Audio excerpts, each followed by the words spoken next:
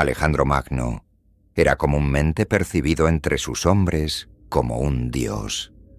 No podían decidir si era simplemente un hombre común. Parecía imposible. Hace más de 2000 años, cuando vivió Alejandro, no había ningún hombre, ninguna ciudad o nación que no conociera su nombre.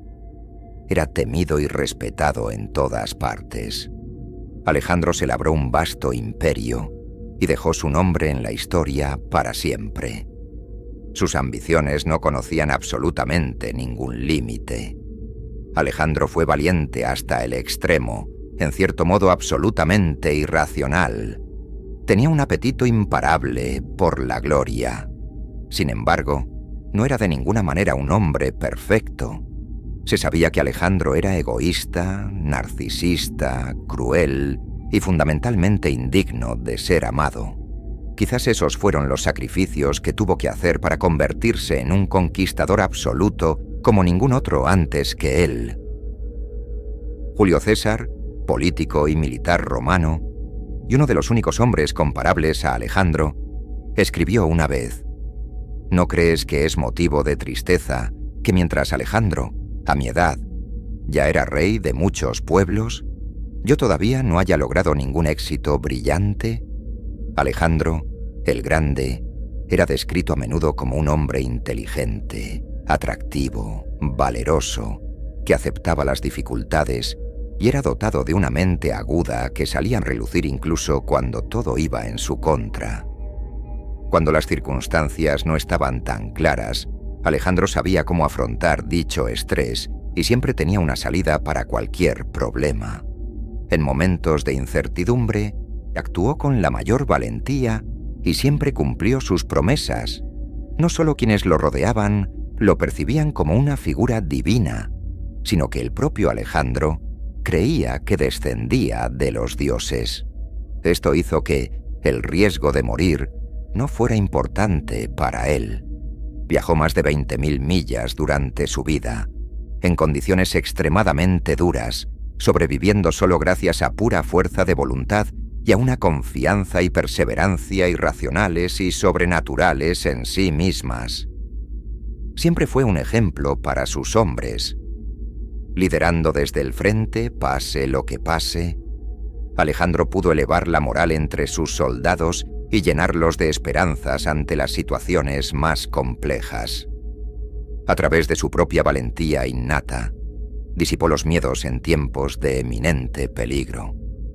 Como todo hombre valeroso, fue herido hasta 9 veces, pero no lograron acabar con su vida.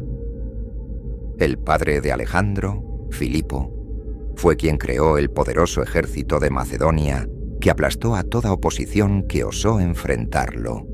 Tras el asesinato de su padre, a los 46 años, Alejandro se convirtió en gobernante apenas a los 20 años de edad. No hubo ningún hombre tan poderoso antes que él. Su historia tuvo el poder de cautivar a cada generación. Los enemigos de Alejandro lo odiaban y temían. Sus semejantes lo amaban. Pero ambos tenían un increíble sentido de respeto hacia lo que Alejandro había logrado. Las leyendas de su grandeza se extendieron a todos los rincones del mundo, y en Occidente pasó a ser conocido como Alejandro Magno. Tenía un impulso imparable, un deseo de gloria eterna. Desarrolló una tolerancia excepcional a la fatiga y al dolor. Su deseo de ganar, de dominar, era mayor que el de cualquier otro. Alejandro creía que la excelencia es la capacidad de tolerar y de alguna manera disfrutar el dolor. Todas las cosas que deseas en la vida están al otro lado del malestar, el dolor y la dificultad, dijo Alejandro a su ejército. Alejandro explicó que el dolor no era algo que debía evitarse, sino algo que debía abrazarse, conquistar e inclusive amar. A pesar de todos los obstáculos que Alejandro enfrentó, hizo todo lo posible para siempre resultar victorioso. Durante su vida, Alejandro fue herido muchas veces, pero nunca se compadeció de sí mismo. El particular carácter de Alejandro se desarrolló desde muy temprana edad. Cuando aún era niño, Alejandro emprendió un increíble autocontrol. Su pasión y deseo de dominación y gloria le otorgaron una visión clara de lo que había que hacer para lograr lo que anhelaba. Desde que tenía 16 años, Alejandro ya se preparaba para su futura venganza contra Persia, eterno rival de Macedonia. Una vez, mientras que el padre de Alejandro batallaba a las afueras de la ciudad, el joven Alejandro Magno recibió personalmente a embajadores de Persia. Y desde ya, se ganó su respeto y no dejó que lo menospreciaran ni timaran. A pesar de su edad, Alejandro aprovechó ese acercamiento para indagar acerca del reino persa, con preguntas tentativas y capciosas a estos embajadores. Pocos años después, utilizaría esa misma información para atacarlos.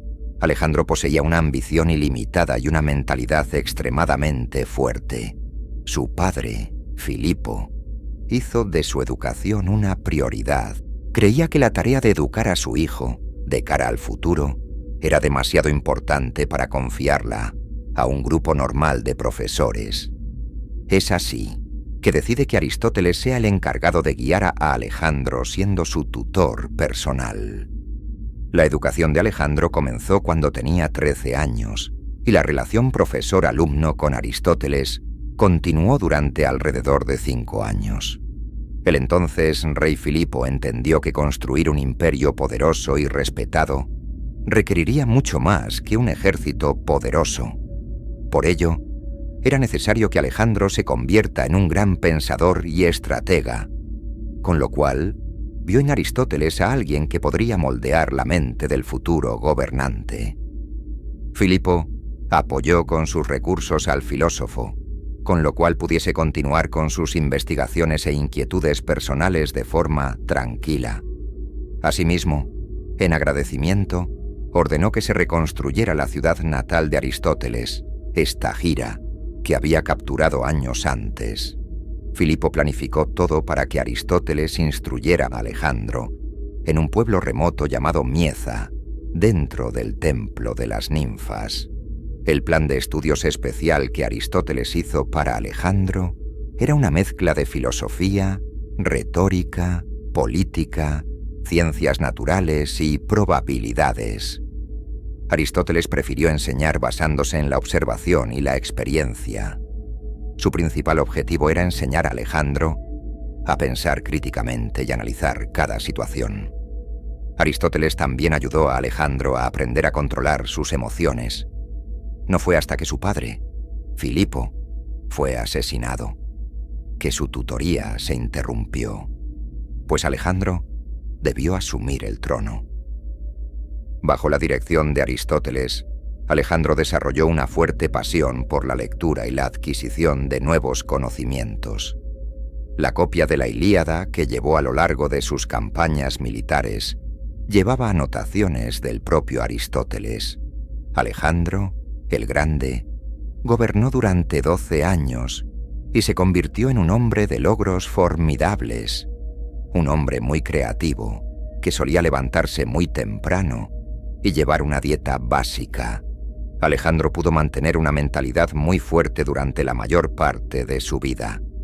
Creía que el hecho de que algo fuera difícil lo hacía más importante. Nunca mostró celos ni molestia por los éxitos de los demás. No había rasgo de Alejandro más firmemente arraigado que su admiración por la excelencia genuina y los logros brillantes. Pero lo que aprendemos una y otra vez de los hombres excepcionales de la historia es que incluso ellos, hombres de gran calibre, con un coraje extremo y una ambición ilimitada, caen en las adicciones. Alejandro fue víctima del alcohol.